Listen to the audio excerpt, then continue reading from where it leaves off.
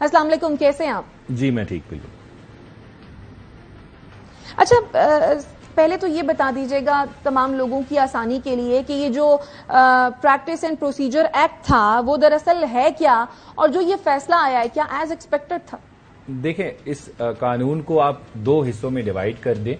एक हिस्सा इसका ये था जो चीफ जस्टिस साहब की जो पावर्स थी उनको डिसेंट्रलाइज करके 3 जजेस में डिवाइड करता था। जैसे बेंच की कॉम्पोजिशन है, बेंच की कॉन्स्टिट्यूशन है, केसेस की जो फिक्सेशन है, सारा इशू और 3 जजेस को दे रहा था। एक ये तरमीम थी और दूसरी इसमें जो थी वो आर्टिकल 184(3) जो है, जो ओरिजिनल जुरिस्डिक्शन है जिसको हम सू मोटो भी कहते हैं, उसके अंदर जो फैसला आता है उसके खिलाफ जो राइट टू अपील क्रिएट किया गया, एक इंसर्ट किया गया उसके अंदर कि कोई फैसला आएगा तो उसके खिलाफ अपील का हक, क्योंकि पहले इससे आपके पास सिर्फ रिव्यू का हक होता था जिसका स्कोप कम होता था, और अपील का हक दिया गया है और लार्जर बेंच के पास के और डिफरेंट बेंच के पास।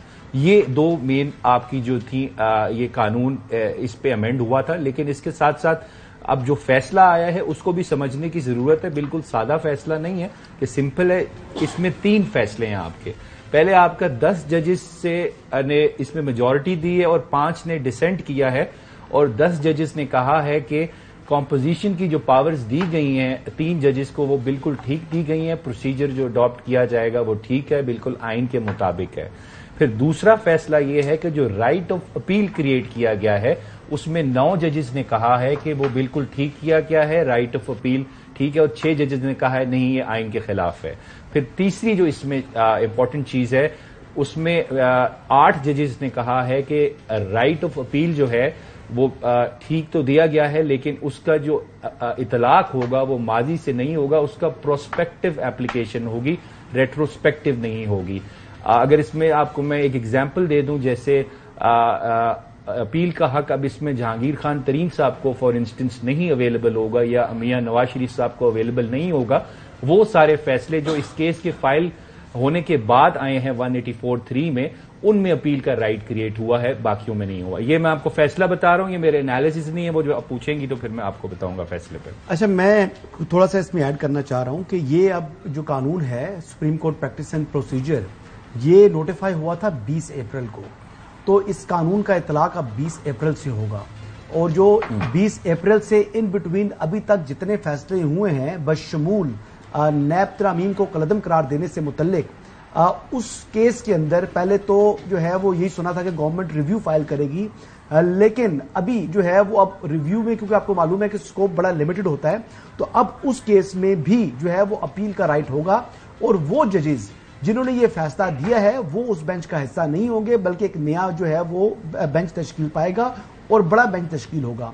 सो अब इस जो अब आज सुप्रीम कोर्ट का ये एक फैसला आया है, इसके मुताबिक जो 184(3) के मुकदमात हैं ये कम से कम जो है वो 3 रुकनी बेंच सुनेगा, और जिस मुकदमे में आइन की तशरीह दरकार होगी वो कम से कम 5 रुकनी बेंच उस केस की समाअत करेगा। ये कुछ टेक्निकल चीजें थी, तो मैंने कहा कि मैं पहले शुरू में ही अपने जो है वो जो ऑडियंस है उनको ये बता दें। तो हसन, आप समझते हैं कि फिर ये मियां साहब के लिए खुशखबरी होगी कि उनके फ्लाई करते ही ये फैसला आया, और पीडीएम के लिए भी क्या ये खुशखबरी होगी?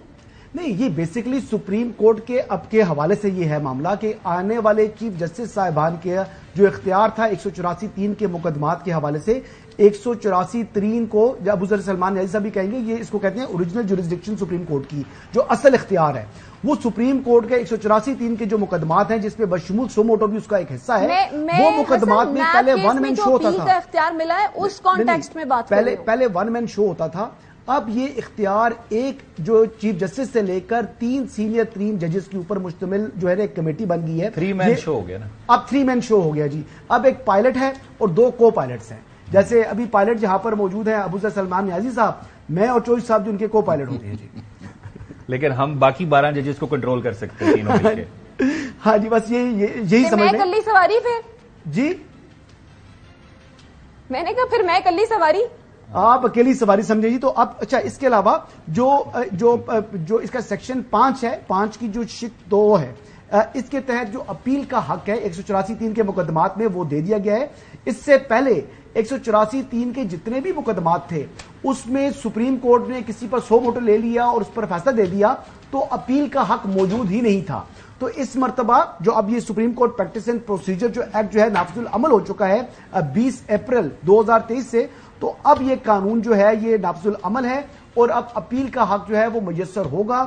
اب یعنی 184(3) کے مقدمات جتنے بھی اب جو آنے والے وقتوں میں آئیں گے اس میں بھی کم سے کم 3 رکنی بینچ ان کی سماعت کرے گا، اور جس میں آئین کی تشریح درکار ہوگی وہ کم سے کم 5 رکنی بینچ اس کیس کی سماعت کرے گا۔